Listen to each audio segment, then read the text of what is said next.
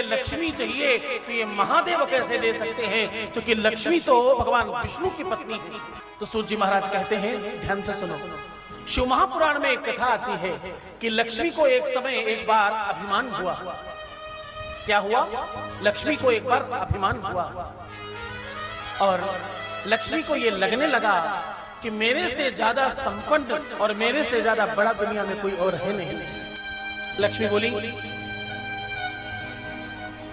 भगवान विष्णु से, ऐ प्रभु, मैं एक बात कहती हूं कि मेरी वजह से ही समूचा विश्व चल रहा है। मैं ही हूं जिसके कारण से ये संसारी आनंद में रहते हैं।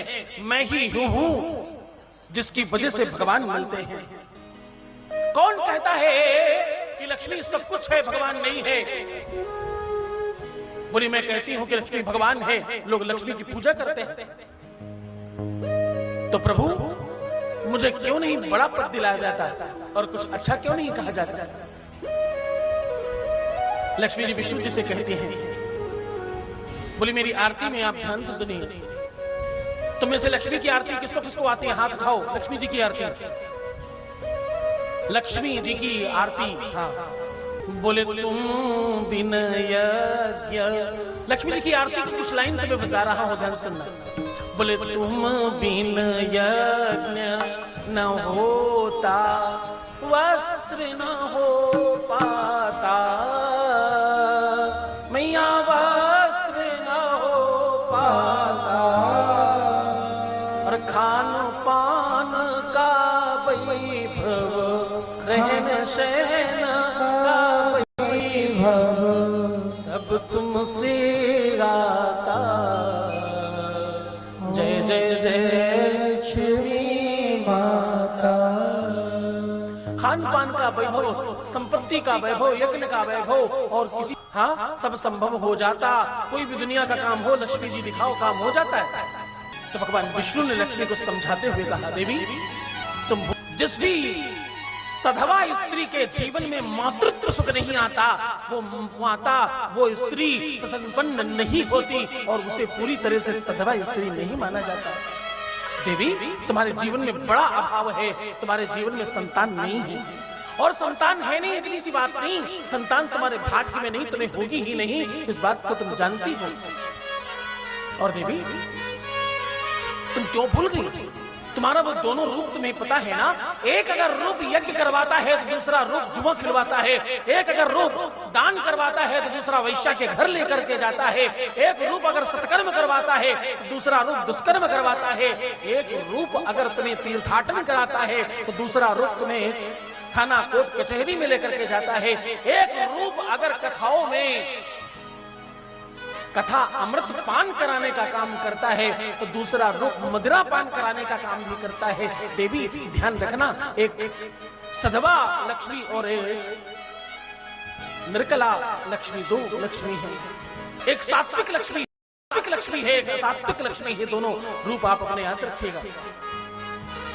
भूल मत जाना, कुछ पैसे ऐसे हैं जो घर बर्बाद कर रहे हैं, पैसे ही हैं जिसके कारण लोग बाहर जाकर दुष्कर्म कर रहे हैं, पैसों की वजह से, पैसों के कारण और पैसों के बल से। तो देवी तुम्हें इस बात का श्राप भी है, इस बात को ध्यान रखना। लक्ष्मी का रूप दो होता है, एक लक्ष्मी उल्लू पर बैठी है और एक लक्ष्मी हाथी पर बैठी है।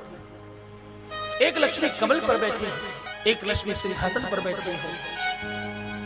लक्ष्मी के अलग अलग रूप हैं।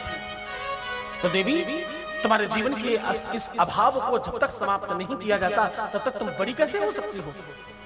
और सब तो छोड़ो, तुम्हें संतान नहीं है, ये सबसे बड़ा दोष है। बाकी तो चलो तुम पूरा कर सकती हो, संतान तो नहीं हो सकती तुमको।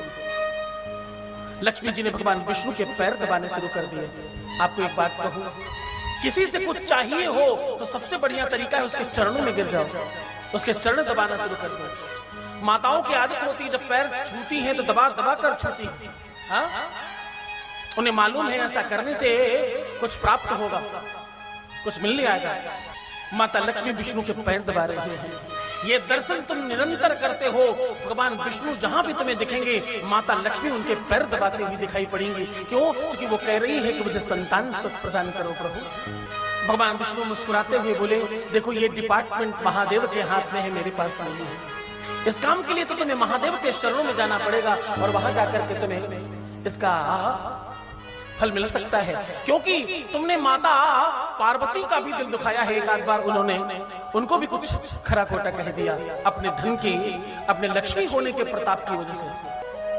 एक जरूरतमंद इंसान कहीं भी चला जाता है, कहते हैं कि जब समस्या आ जाए तो लोग गगरी में थरिया ढूंढते हैं। गगरी में थरिया का मतलब गागर का मुख छोटा और थाली बड़ी, ये इसके अंदर जा सकती नहीं, लेकिन उसके बावजूद भी समस्याग्रस्त इंसान को ये लगता है कि हो सकता है कि गागर में ही थाली चली गई हो अंदर, तो कहते हैं गगरी में थरिया ढूंढने लगता है इंसान। यहां तो बिल्कुल वास्तविकता है, इसलिए आगे बढ़ रही है।